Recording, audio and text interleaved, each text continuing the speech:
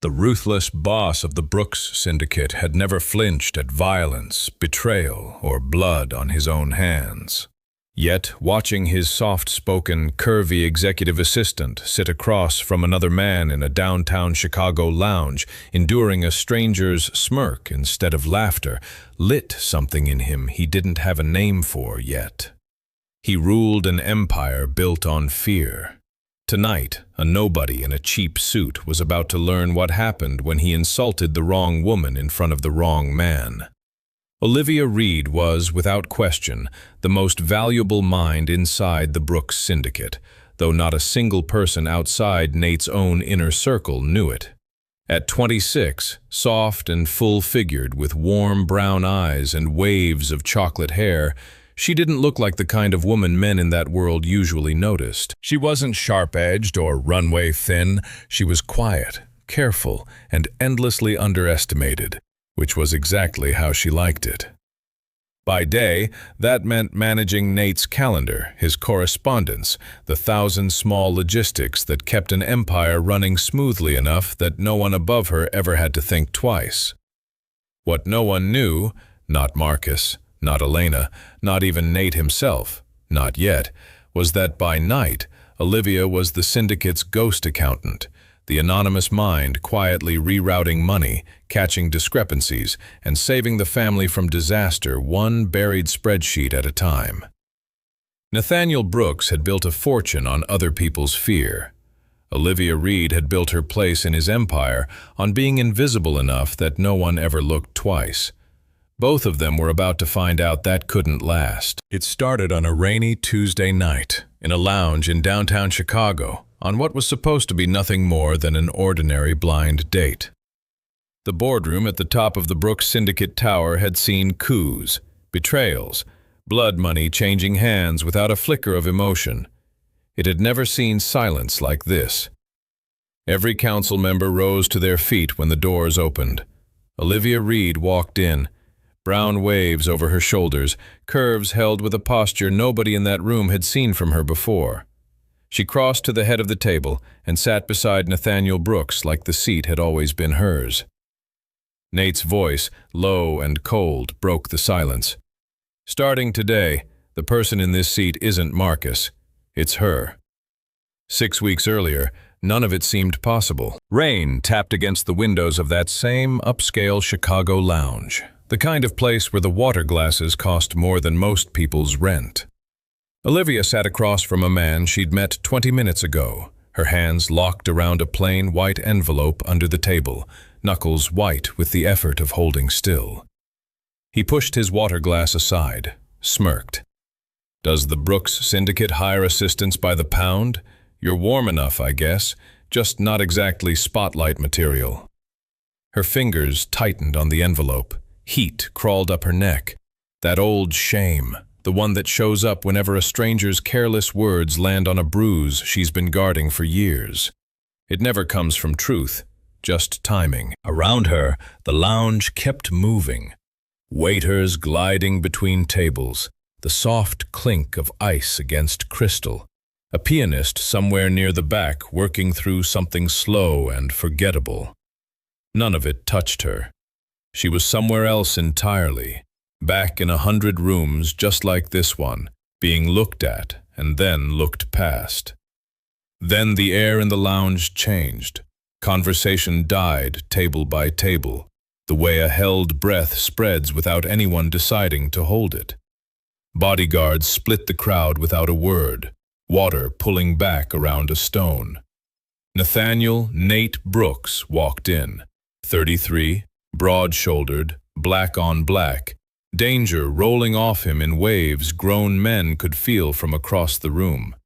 His steel-gray eyes found Olivia, didn't move. There was something in the way he looked at her that she couldn't name yet, not pity, not curiosity, recognition, as if he already knew something about her that she hadn't told anyone. The man across from her kept going, her weight, her posture, her place at the table, until her hand slipped and the envelope hit the floor. Nate crossed the room in 3 strides, beat her to it. One glance at the handwriting inside, Marcus, ledger discrepancy, and he straightened, walked to the table. The whole lounge stopped breathing. This date is over. That was it. Nothing more. The man went white, mumbled something, left without looking back. Nate held the envelope out to her. Voice dropped low enough that only she could hear it. "Miss Reed, you don't belong in a place like this." She flinched, until his next words rearranged everything. He knew her name.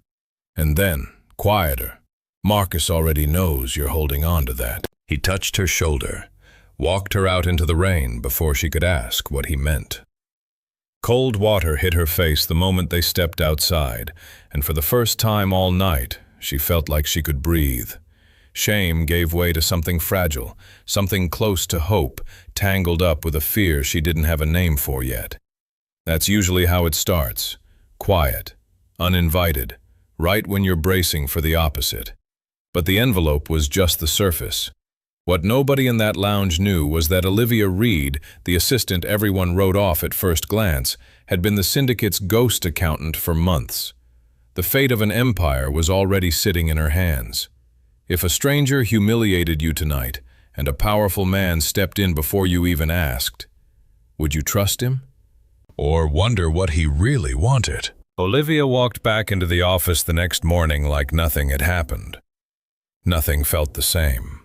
The elevator ride up felt longer than usual. She caught her reflection in the polished doors and studied it the way she hadn't let herself in months. Not looking for flaws this time, just looking. The doors opened onto the same gray carpet, the same wall of glass offices, the same hum of printers and phone calls that had defined her mornings for 2 straight years. 2 years as executive assistant. 2 years of quiet cruelty from Elena Voss and Marcus Whitaker, absorbed like it came with the job. That morning started the same. Didn't stay that way. Elena caught her near the break room, tipped a full cup of coffee down the front of her dress, fingers grazing toward the keycard at her waist in the same motion. The coffee was scalding, soaking through the fabric fast, and Olivia felt the heat of it against her skin without giving Elena the satisfaction of a reaction. She didn't blink. That keycard was bait. The real one was sewn into her hemline, exactly where nobody bothers to look. People who underestimate you rarely check twice. That blind spot is usually all you need. "Oh, I'm so sorry," Elena said, not sorry at all, dabbing at the mess with a napkin that did nothing. Olivia met her eyes and said nothing back, just took the napkin from her hand and cleaned it up herself, unhurried, the way you'd wipe down a counter after a stranger's mess. Later, alone in the file room, surrounded by the low mechanical hum of the servers and the smell of toner and old paper, she caught it. Numbers shifted just slightly from what she'd entered weeks ago. A decimal moved. A transfer date altered by 4 days. Small enough that anyone else would have missed it. She didn't. Someone had touched the ledger. She said nothing, backed up every version to a private server before the evidence could vanish, her hands steady even as her pulse climbed, checking the door twice before she let herself breathe out. Across the building, Nate sat with a report that had crossed his desk weeks back, anonymous, and it had saved the syndicate tens of millions. He'd read it 4 times before deciding to act on it, turning the pages over in his hands the way he turned over a problem he didn't fully trust yet. He'd already decided to reward whoever wrote it. That afternoon, he signed the transfer. 15% equity, legal, permanent, to the anonymous genius behind the numbers. He had no idea her name was already written into every part of his life. His head of security had more for him that day. Olivia had turned down bribe after bribe from Marcus over a year, never once mentioned it. Nate's hand closed into a fist, knuckles whitening against the desk. Something dark moved behind his eyes. Loyalty that asks for nothing back tends to unsettle men who've spent their whole lives paying for it. That night, Nate kept her late prepping for the gala. The office had emptied out by 8, The overhead lights dimmed to half, just the two of them and the soft glow of her monitor throwing pale light across the desk between them. Drove her home himself when the office emptied out. Before she got out of the car, he handed her a box. A gown inside, tailored to her exact shape, cut to flatter every curve instead of hiding it, the fabric heavier and finer than anything she'd ever owned. She ran her fingers over the seam and felt her throat tighten, in a way that had nothing to do with shame this time. Under the tissue paper, something else. A tracking device, crushed flat. "It was under the table at your blind date," he said, watching her face. "Marcus sent that man to see what you knew. I handled it." She sat frozen, the rain still tapping lightly against the windshield outside, the streetlights smearing gold across the wet glass. Someone had been protecting her for weeks. She never knew. Next morning, Marcus cornered her by the elevators, his cologne arriving a half-second before he did, thick and sharp in the enclosed space. Nate close enough to hear every word. "A girl from nowhere, built like you," Marcus said, smiling with his mouth and nothing else. "Belongs cleaning up messes, not making decisions." Olivia felt the old reflex rise in her chest, the urge to shrink, to look at the floor. She didn't. She held his gaze a beat longer than comfortable and said nothing. Nate said nothing either. But something possessive settled into that silence. Something dangerous. That afternoon, Olivia caught Elena on the phone in the stairwell, her voice pitched low, but not low enough. "Marcus says we need to deal with her files before the gala." Olivia stood still on the landing above, waiting for the line to go dead before she let out the breath she'd been holding. Then, to herself, barely a whisper, "They have no idea I set this trap 3 months ago." That night, something shifted between her and Nate. A long, quiet conversation after hours, the city lights spread out below his office window like something out of a dream she hadn't let herself have in years. Him actually listening while she said out loud, for the first time, how long she'd felt invisible in rooms exactly like the ones he ran. The insecurity that had followed her for years loosened its grip, just slightly. Being seen does more for a person than any compliment ever could. Marcus thought she was harmless, soft target, easy to erase. He had no idea what she'd already built. The gala was days away. Somewhere behind the scenes, a clock had already started counting toward midnight. The morning of the gala, Olivia stood in front of her closet again, the same ritual as the blind date, except this time the dress had already been chosen for her, and this time she wasn't hoping for a different outcome. She was building one. She pressed her palm flat against the garment bag and let herself feel, just briefly, the strange vertigo of walking toward a room that would either destroy her or change everything. The gala glittered, old money, crystal, quiet menace underneath all of it.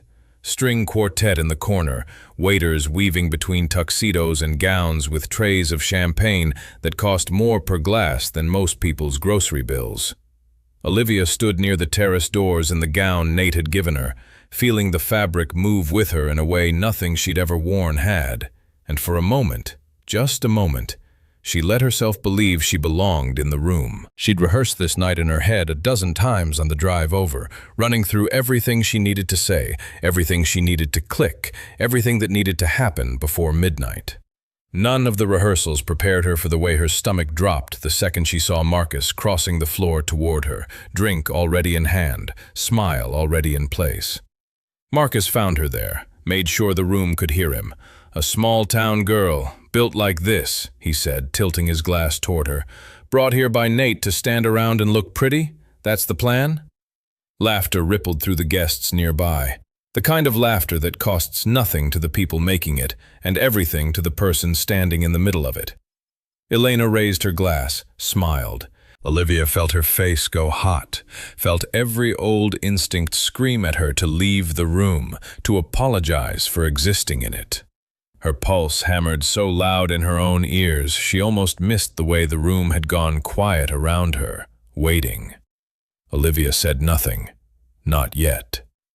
Her hands trembled once at her sides before she forced them still, forced her spine straight, forced her chin level. Cruelty like that needs the room to laugh and the target to shrink to work at all. What Marcus never accounted for, she'd already decided, weeks ago, she wasn't shrinking again. Then the room went cold.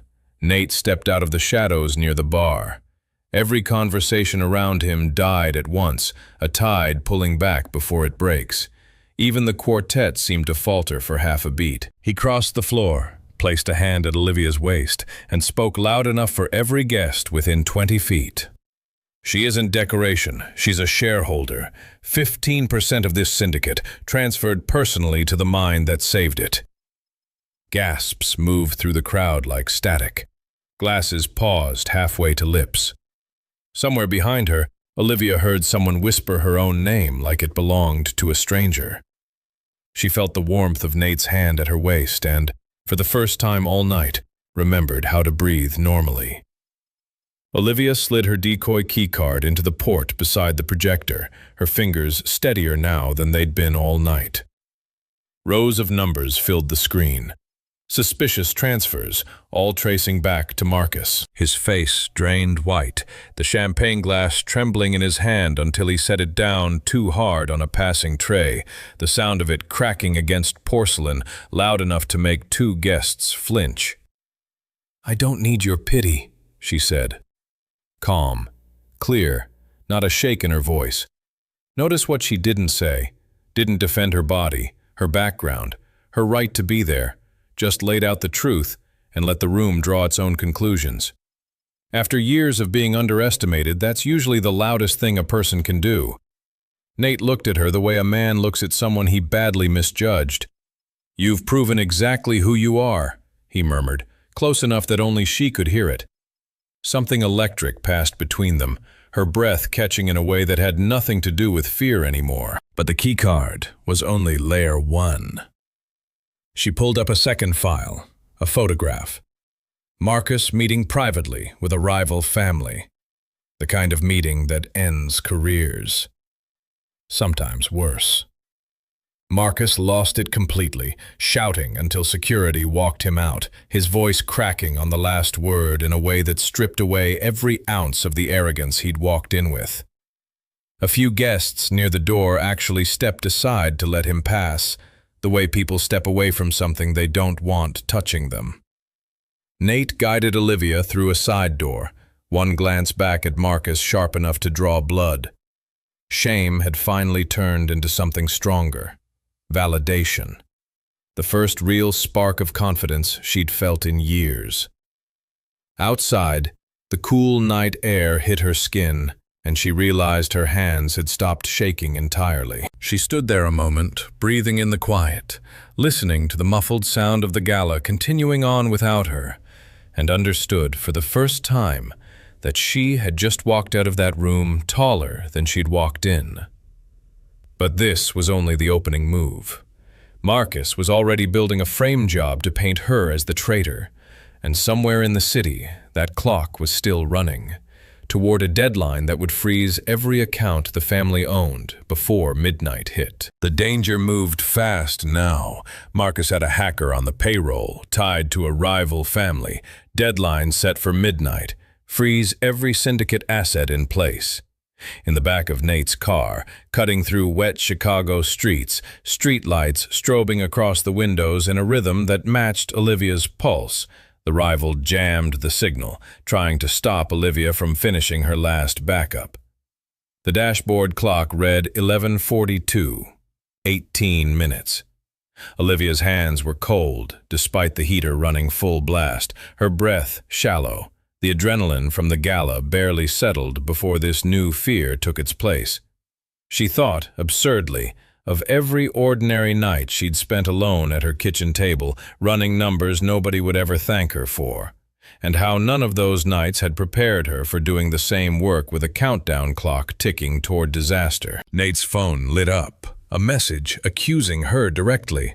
Marcus was calling her the traitor now, loud, to anyone who'd listen. Nate's thumb hovered over the screen for a moment, his jaw tight, before he set the phone face down on his knee. Nate let doubt cross his face for 5 deliberate seconds, playing to a hidden mic somewhere in the car, a trap of his own, meant to make Marcus overconfident. Olivia caught it instantly. Put a hand over his, her palm cold despite the heat pouring from the car's vents. "Let me handle this with numbers, not force." Her fingers moved fast across the laptop on her knees, the car cutting through traffic, streetlights sliding across the screen in flickers that made the numbers seem to pulse. Every skill she'd buried for months finally out in the open, blocking the transfer, firewall by firewall, her breath coming quick and shallow with the effort of it. Under real pressure, people don't discover new strength. They just stop hiding the strength that was already there. The signal jammer screeched once through the car's speakers, a burst of static that made Olivia flinch, her fingers never leaving the keyboard. 10 minutes, Nate said quietly, watching the clock, watching her. She could feel him resisting the urge to do something, anything, with his hands, the stillness costing him more than it looked like it did. Then the twist that changed everything between them. "I set this trap 3 months ago," she said, not looking up from the screen. "The ledger Marcus thinks is real. I planted it myself." Nate didn't hesitate. "You're the one who's been protecting me." Another blow landed right behind the first. Olivia caught it in old security footage pulled up on a second window, a bracelet on Elena's wrist, gold with a small sapphire, unmistakable. The same limited edition piece Olivia had once worked double shifts to help her afford, a gift for Elena's own mother, wrapped by Olivia's own hands 2 Christmases ago. Elena had been feeding Marcus information the whole time. The betrayal cut twice as deep for how close it had gotten.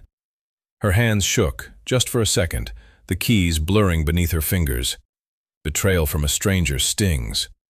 Betrayal from someone you helped without being asked cuts somewhere deeper, makes you question your own read on people. For one terrible second, she saw Elena's face across that break room table 2 Christmases ago, laughing, grateful, real.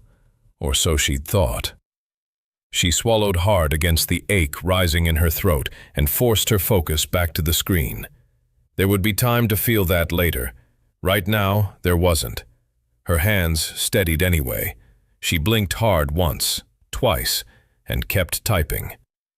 3 minutes to midnight, the last firewall gave way under her hands, and the transfer request died on the screen in front of her. She saved the deal with seconds on the clock, the car going quiet except for the sound of her own breathing and the rain against the windows. Fear and betrayal gave way to something sturdier, trust, hard-won. A sense of her own power nobody would take from her again. Nate reached over and closed the laptop gently, his hand resting over hers for a moment longer than necessary. Neither of them said anything. They didn't need to. Outside, the city kept moving past the windows, indifferent to how close everything had just come to falling apart.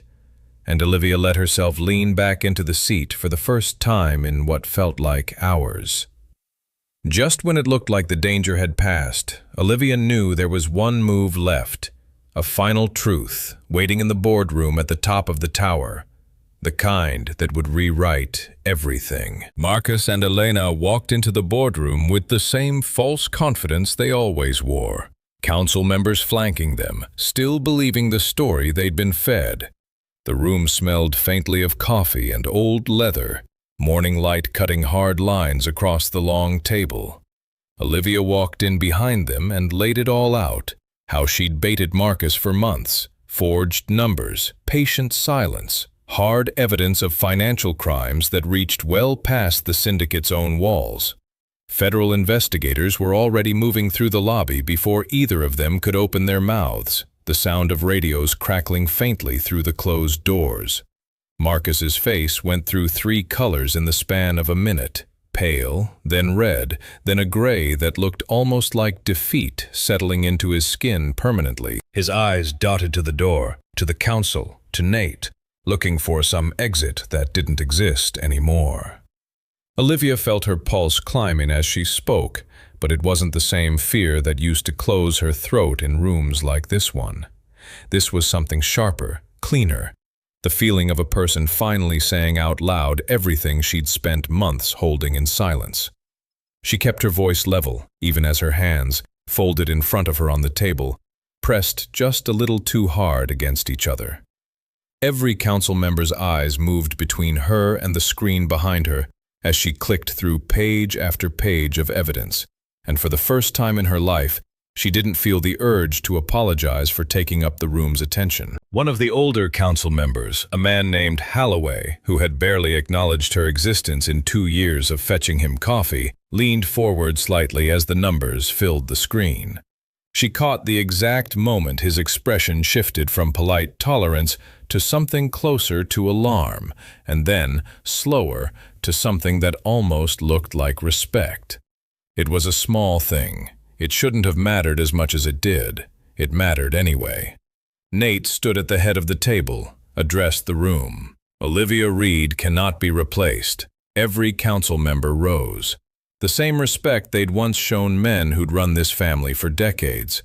Olivia felt the weight of every set of eyes in the room and, for the first time in her life, didn't feel the urge to look away from any of them. She thought briefly of the version of herself who'd sat across from a stranger in a lounge 6 weeks ago, gripping an envelope like it was the only thing keeping her upright, and felt something settle in her chest that she could only describe as peace. Her eyes found Marcus across the table, and for a moment, neither of them spoke. She half expected him to look away first, the way cowards usually did once the room turned against them. He didn't.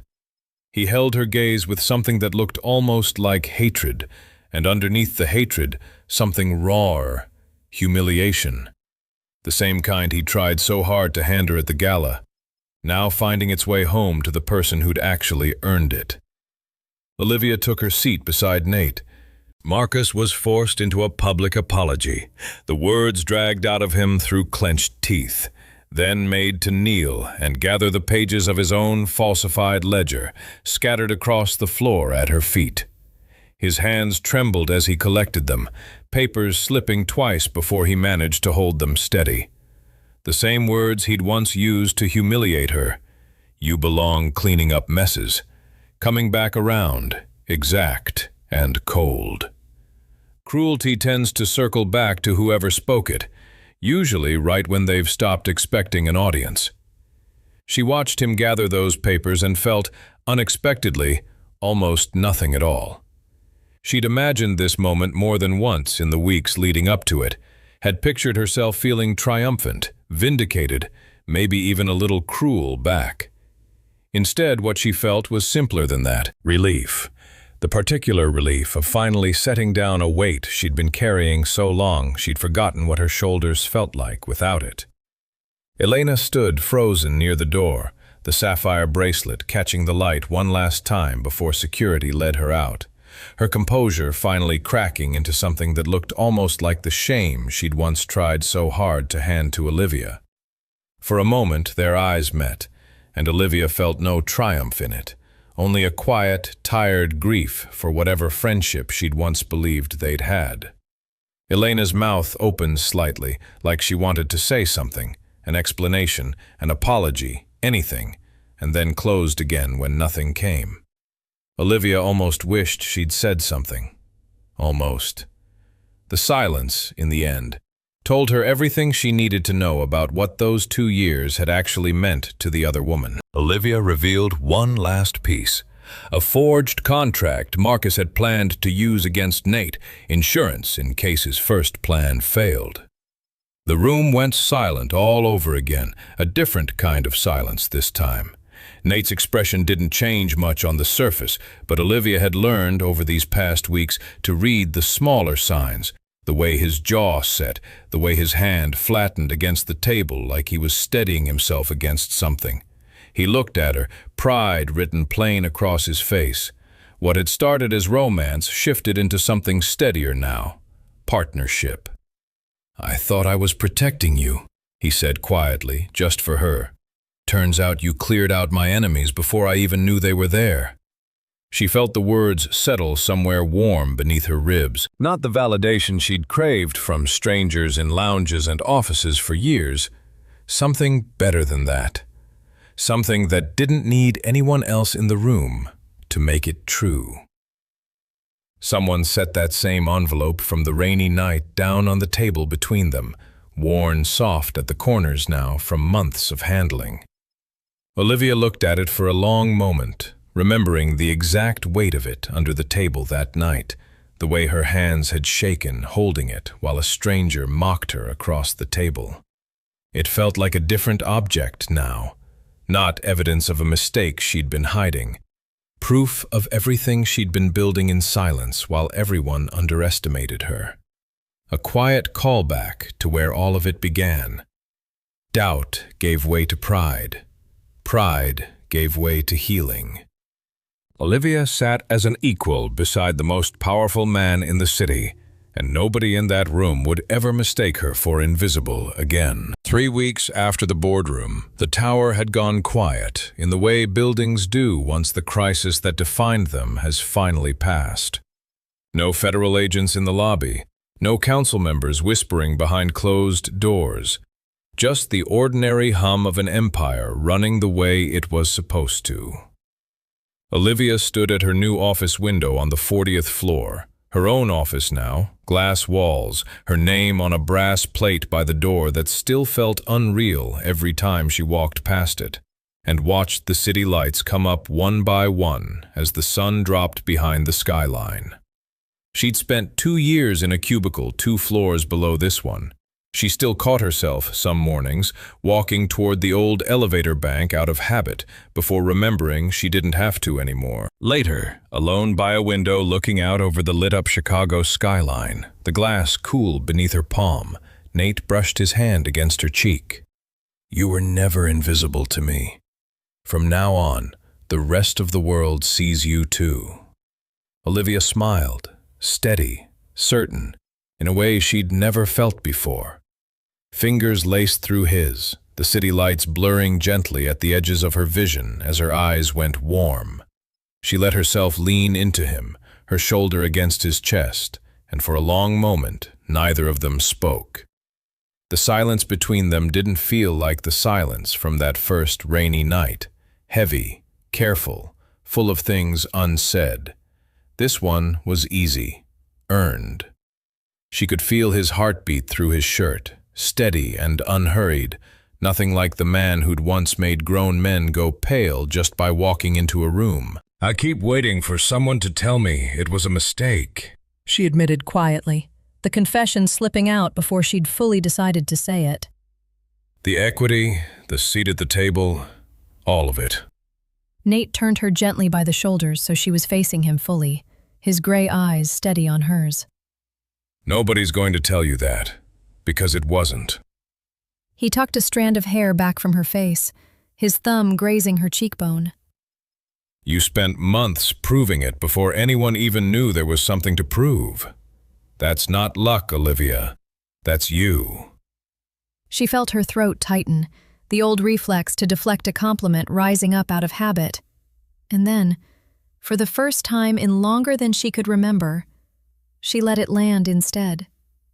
She let herself believe him. Down below, the city kept moving, taxi horns and distant sirens, and the low, constant murmur of 8 million lives happening all at once, indifferent to the two of them standing at that window. It felt strange, almost funny, that a night that had reshaped an entire criminal empire from the inside out looked, from up here, exactly like every other Tuesday in Chicago. She thought about her mother's voice again, the same one that had followed her into that lounge 6 weeks ago, telling her some people would only ever see the shape of her. She thought about how long she'd carried that sentence like a stone in her chest, how many rooms she'd shrunk herself down to fit into because of it. Standing here now, Nate's hand warm against her jaw, she felt that stone finally set down. Not gone. She doubted it would ever be completely gone. But set down, at least. Light enough to carry without it bending her spine. "I used to rehearse apologies," she said softly, almost to herself. "Before I even did anything wrong, just in case someone needed one." Nate's jaw tightened, the way it always did when something touched a nerve in him. "You don't owe anyone that anymore." "I know." And for the first time, saying it out loud, she actually believed it.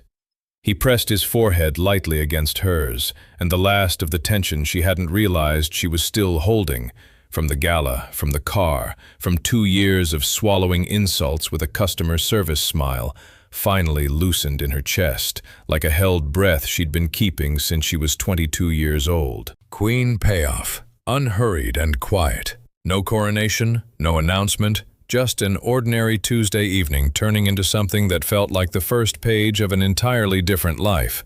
She walked beside him as an equal from that day forward, fully recognized by the syndicate she had quietly saved from the inside out. Nate placed her chair next to his in every room that mattered, in front of everyone who'd ever doubted her.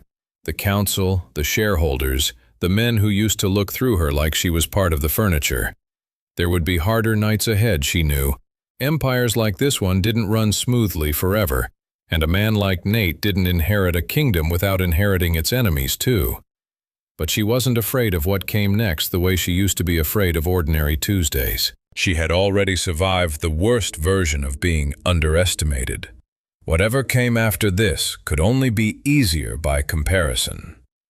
From that night on, Olivia Reed was the true queen of the Brooks Syndicate.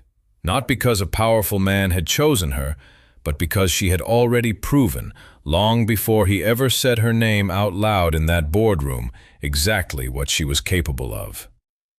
This story reminds us that true worth is never decided by cruel people. Quiet women can carry a kind of strength that changes everything around them. Love without respect was never love to begin with, and dignity, in the end, becomes its own kind of power. The person everyone overlooks might be the one who changes the whole story. What did you think of Olivia's transformation? Let us know in the comments below, and don't forget to like, share, and subscribe for more stories like this one.